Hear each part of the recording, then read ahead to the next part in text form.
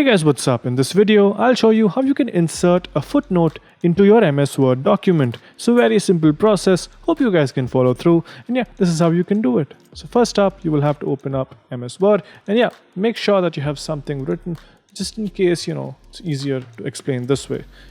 So once you have what you need and you want to add a footnote as a reference to this paragraph, let's say, all you have to do is once you've typed in the content that you need, go and click on references, and over here you can see a highlighted option which says insert footnote.